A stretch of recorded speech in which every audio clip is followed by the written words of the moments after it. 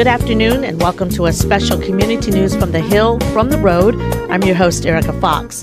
According to the Association for the Study of African American Life and History, the 2026 Black History Month theme was A Century of Black History Commemorations, honoring 100 years of celebrating African American history, culture, and contributions. Also, according to the National Women's History Alliance, the theme of National Women's History Month is Leading the Change, Women Shaping a Sustainable Future. Today, Community News from the Hill will combine both.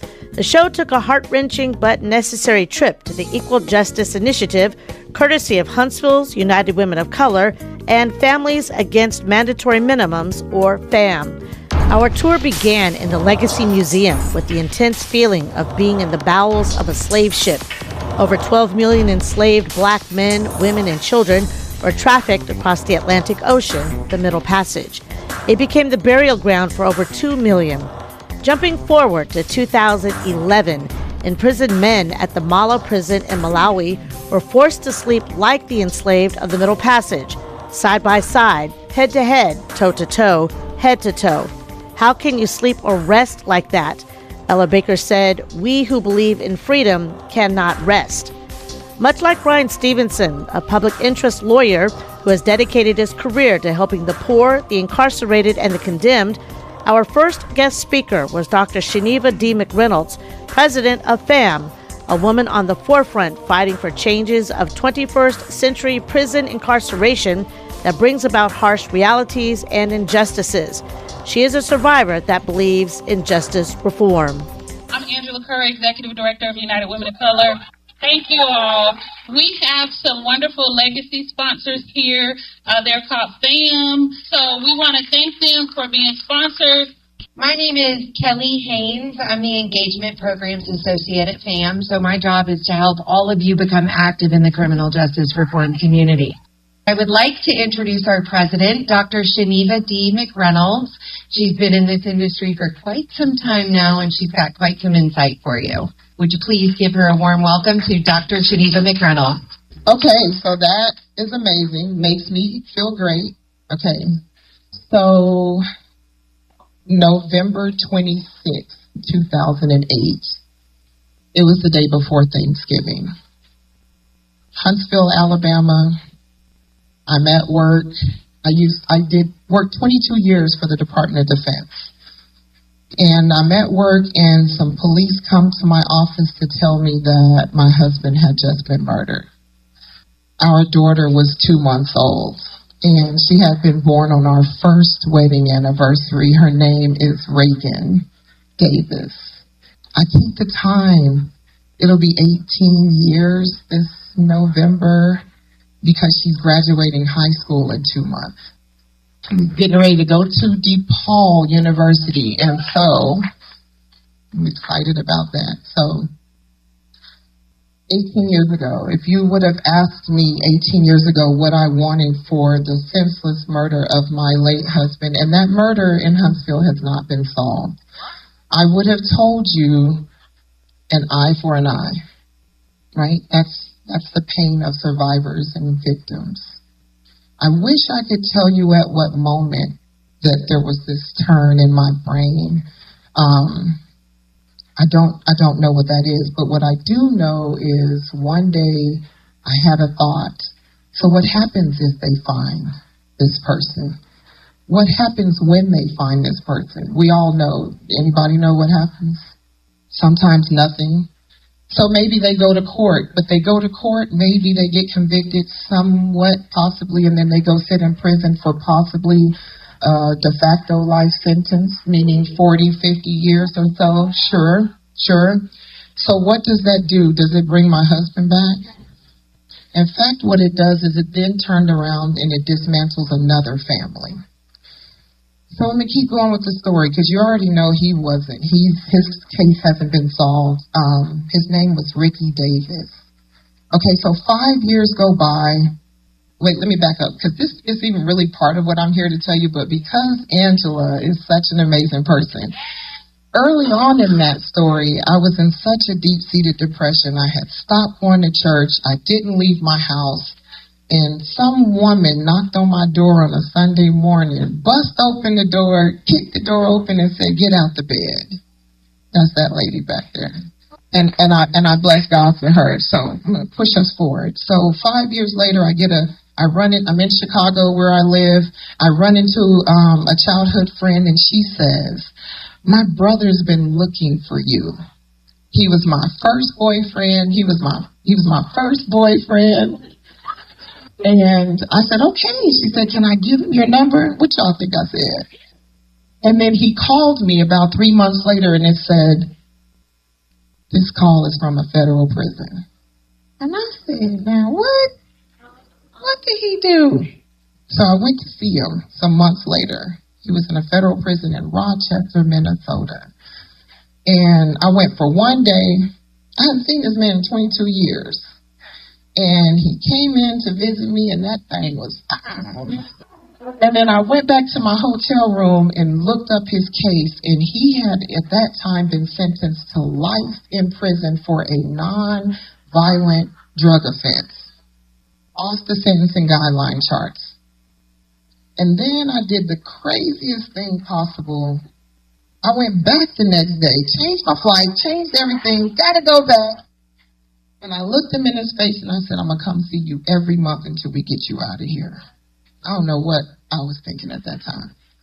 So, spoiler alert, June 2nd, 2015, we got my husband out of federal prison. So let me tell you how we did it, because I'm not a lawyer. I have a PhD in law and public policy, but I got that degree because in my advocacy journey for him, no one wanted to talk to or listen to said girlfriend turned fiance and then wife. But what our world does, they want to hear from people with titles. They want to hear from people they think are important. And without that title, I am still important because I'm somebody. So I go get this degree because then they're going to listen to me, and that is how my advocacy journey started. So what did I do? I called every lawmaker known to man. Let me tell you my story. A lot of people lose sight of storytelling and the importance in it. And my organization is a 35-year-old nonpartisan, nonprofit criminal justice organization known as FAM. We are based in Washington, D.C. So let me bring it a little closer to you. Remember those over 4,000 clemencies and pardons that happened with the Biden administration? We partnered with them for that work. Remember when President Trump and his first administration signed the First Step Act? That's our bill. Just in the month of January, President Trump signed the Federal Prison Oversight Act. That's our bill. There's more and more and more. U.S. Attorney Holder, the Obama administration, introduced two forms of legislation, Drugs -2, the Fair Sentencing Act, and those bills did pass prospectively. What does it mean when a piece of legislation, a bill gets passed, but they pass it prospectively? What does that mean? So what it means is they pass a bill that becomes a law, and it only applies to people that haven't committed the crime yet. Come on, ain't that some nonsense? So when that bill passed, or these two bills passed, they were prospective, so that meant everyone in the prison, it did nothing for them. So we had to it didn't apply. So we had to keep working and keep fighting to get them retroactive. And that's how I got my husband home. We gave back double-digit years to the federal prison. But it wasn't just him. Thousands and thousands of men and women returned to their families. The advocacy journey is bigger than what most people know of, but my organization's advocacy work is storytelling. We connect the human component to this work to humanize the individuals in custody so that lawmakers can get an understanding of why their mass incarceration and all of this nonsense that some of you have already looked at over there in that museum, and those of you today will go and view what you're doing to families and human beings. So what they do with individuals like me, survivors and victims, they weaponize us. And what I tend to do as a survivor is explain that we're not a monolith. I am a survivor that believes in justice reform, and there are so many of us that do. But the justice system says we have to give them life because we have to right this for those survivors. And it is okay if there are survivors and victims that don't feel the way I do, but we're still not a monolith. Because at the end of the day, I lose and the other families lose. So at FAM, the acronym was formerly Families Against Mandatory Minimums.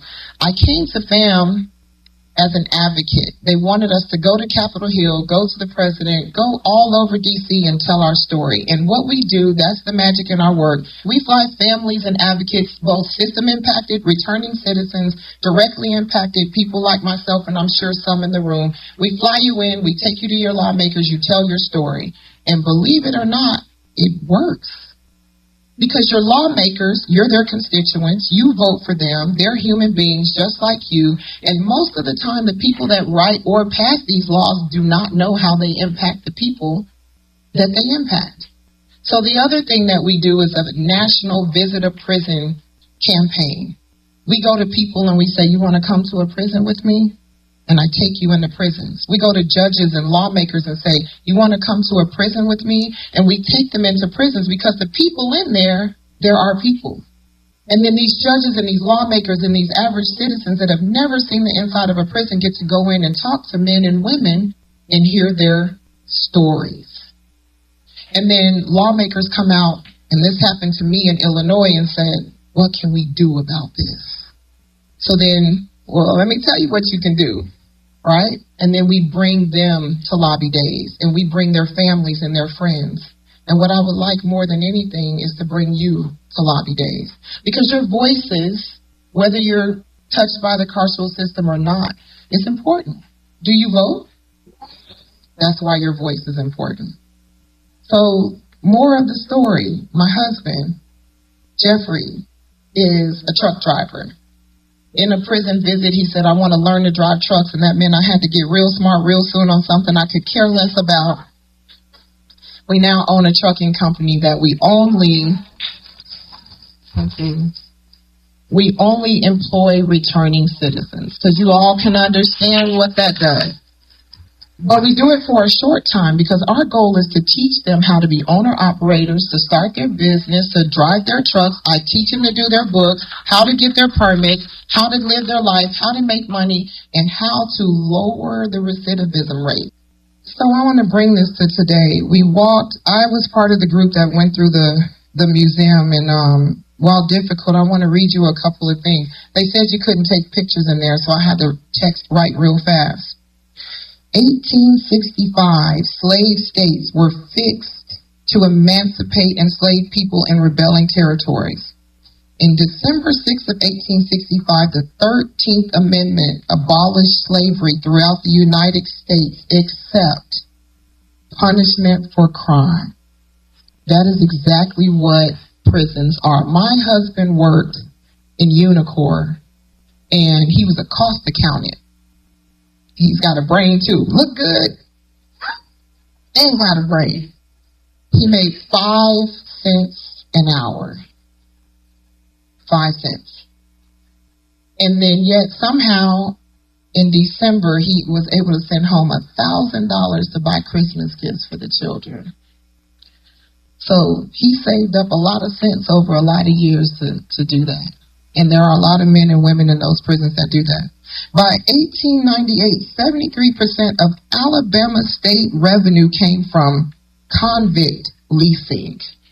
Forced to labor, it goes on and on, until the point of death. A presumption of guilt and dangerousness had been assigned to African Americans. Just last year, the Judge Reeves out of Mississippi is the chair of what is known as the United States Sentencing Commission. If you don't know what that is, you should look it up. That is the federal body that creates all the sentencing guidelines. So they basically determine how much time you go to prison for. They determine the M and the M in this name, mandatory minimums. Chair Reeves, genius mind, decides to form this group called the Sentence Impact Advisory Group. He wanted a voice, a table of voices that represent the impacted community, the system impacted community. Bring the incarcerated community and their families to a table. They handpicked 9 individuals through the nation, and I am honored to have been chosen to be in this group. So what do? We go to the table and we fight to get these sentencing guideline ranges changed. So let me give you an example of one. My daughter, my middle daughter, her name is Zion. She fell in love with a boy. She fell in love with a boy 2 years ago. And you know what happens when we fall in love, right? We do crazy things. Said boy convinced Zion to take a suitcase to an airport in California to get on a plane to London. He told her it was untaxed tobacco. No harm in that, right? She gets to the airport, she's sitting at a bar waiting to board the plane, and federal agents come from everywhere. In said suitcase that said boyfriend called the airport and said she had was 17 kilograms. But let me tell you about the glory of God for those of you that are believers. Because she got caught in that airport and didn't get on that plane and leave the country, that would have been a whole different thing. I'm rejoicing in that. She, though, was then facing a mandatory minimum sentence of 10 years. This was October of 2024. Her mom fights to abolish mandatory minimum sentences. But I can tell you what the drug was. Part of it was marijuana, but that's legal, right? But not in the feds. And so I get a call and it says, Mama. And I said, what have you done? Because we know that what you do, Zion, is you get quiet, you put your back in a corner, and you let Mama go to work. And so the end of that story is the federal government reduced this felony mandatory minimum sentence of 10 years to a misdemeanor possession charge. And she has 1 year supervised release that ends in 3 months. But let me tell you what did it. It's storytelling.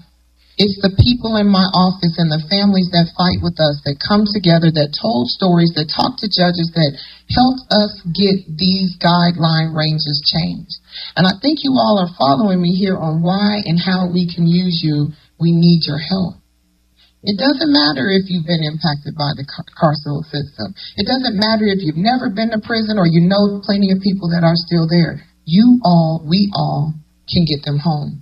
Because your voices, when I go talk to lawmakers, and I do this every day, I go into prisons every week, I talk to judges and they say, but I don't know anybody in my community that will want me to support that bill. I think I found a room of people in their community that wants them to support those bills. So here in Alabama, we teamed up with an organization known as Alabama Appleseed. If you don't know them, look them up. And there's a prison oversight bill going on, and you all can help that. I believe all of you, I'm going to wrap up now, you have a bag. We were happy to, sponsor my beautiful friend Angela, B, part of this trip. You have a bag. In that bag is a one-pager that talks about our work nationally and in the state of Alabama. There are QR codes. Of course, I'm a nonprofit. I'm going to ask for money, y'all. But you can ignore the donate code, because more than your money, we need your partnership. Tap in on that sheet. We have family calls. We teach you how to tell your story. We teach you how to advocate. We teach you how to connect with your lawmakers. You'll see me on those calls, my team on those calls.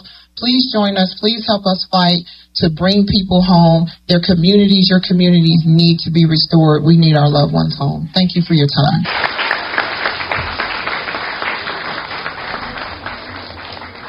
I had the opportunity to talk with Dr. McReynolds about FAM and its connection to women. We're on the last leg of Black History Month, and we're about to get into Women's History Month.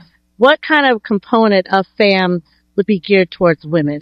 So Man, I would love for your audience to go look up our organization. So there's a federal prison that we were instrumental in dismantling, Dublin, because it's a female prison where the large majority of that population, they were raped and sexually abused. And so all of our work is focused on prison oversight, prison conditions, sentencing, and so we work to dismantle this system brick by brick. But women, you don't hear much about them. And so as you go into Women's History Month, I would employ people to look at women of incarceration and see the needs that exist, because when you think about individuals in custody, you think about men. The women are lost, and so our organization makes sure that their voices are not lost. How do you compare what you're doing, or compare or contrast what you're doing to Brian Stevenson, his Legal Fund Equal Justice Initiative? What are the comparisons or contrasts? You know, I think it's all the same, and I'm going to tell you why. Because at the end of the day, the racial disparity that is baked into this carceral system, that's the travesty. So no matter how we approach this and how we try to dismantle it, we're all doing the same work for the same population. A large majority of the people in carceral systems are black and brown. And so with Mr. Stevenson, who I honor, so, you know, I just am in love with his work and his legacy.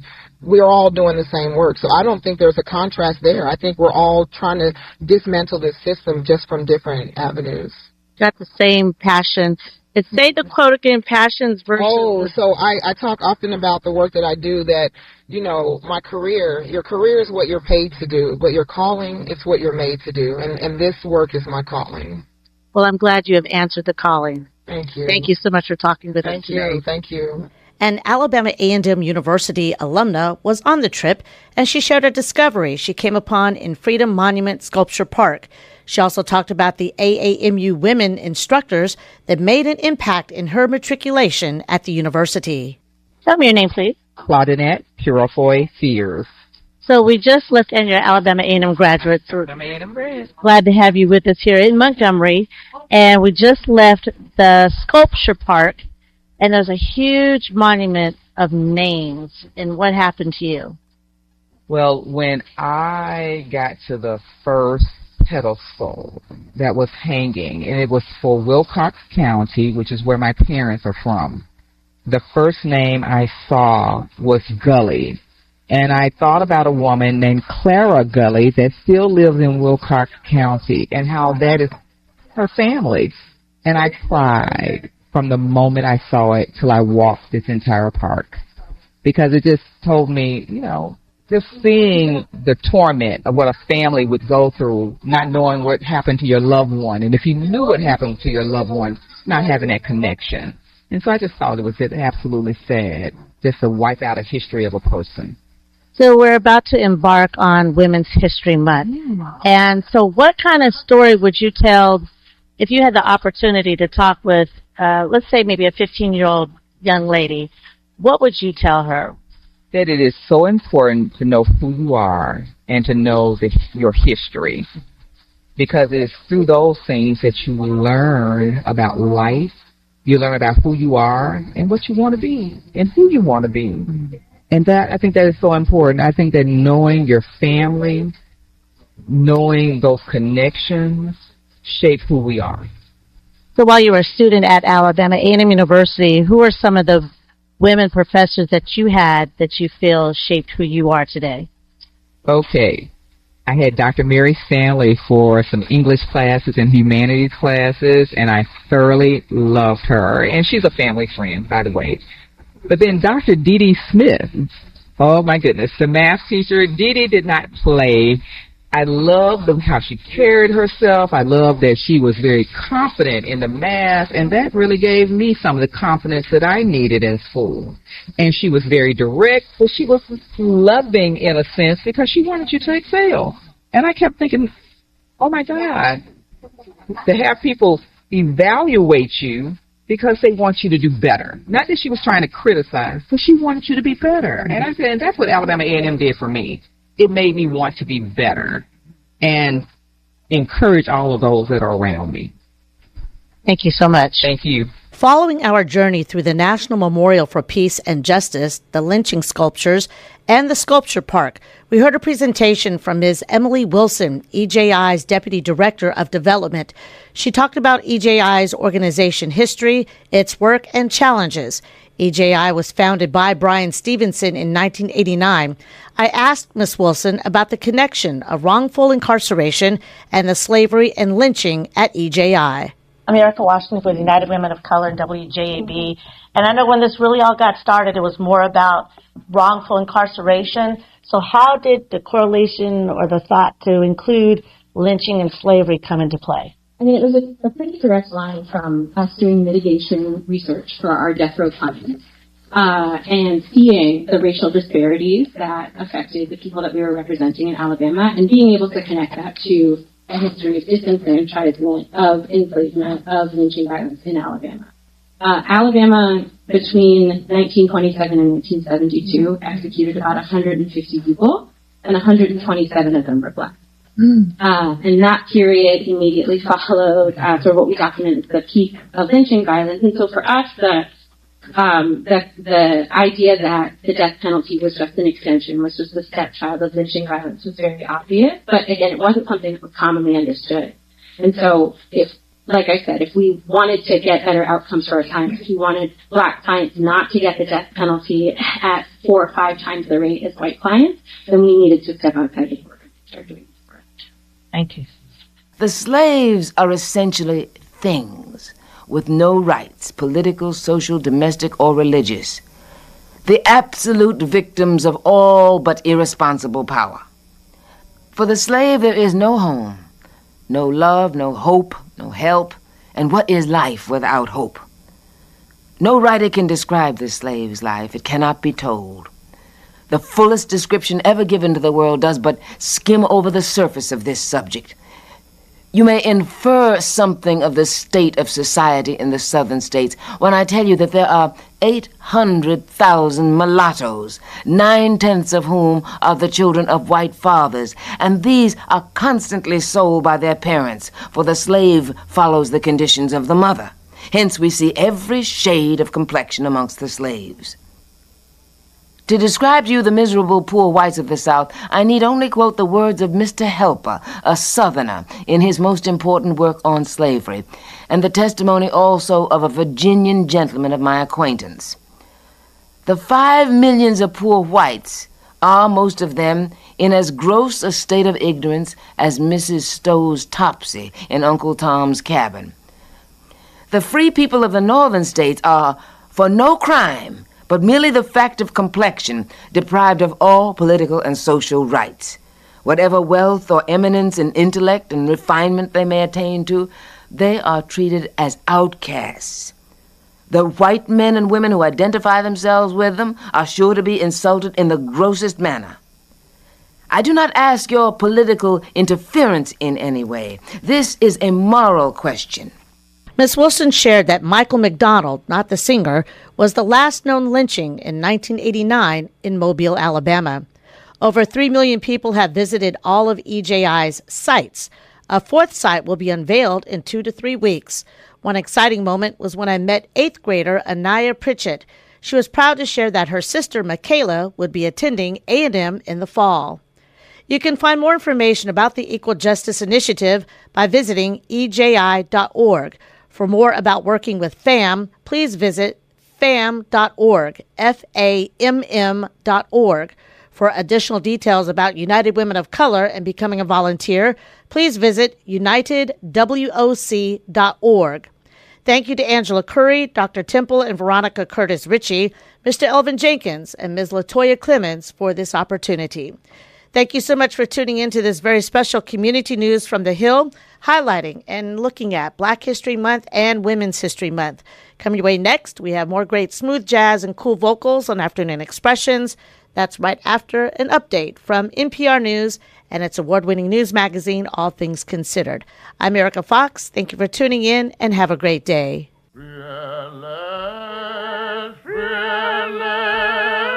Thank God Almighty, I'm free and led, free and led, free and led. Thank God Almighty, I'm free and led. One day I'm walking alone. Thank God Almighty, I'm free and led. On meadow seat, I know my way. What you reckon old Satan said to me? Thank God Almighty, I'm free at last. Young man, you too young to pray. Thank God Almighty, I'm free at last. I'm too young to pray, I ain't too young to die. Thank God Almighty, I'm free at last. Oh, free at last, free at last. Thank God Almighty, I'm free at last. Oh, Satan mad and I am glad. Thank God Almighty, I'm free at last. Well, he missed his soul.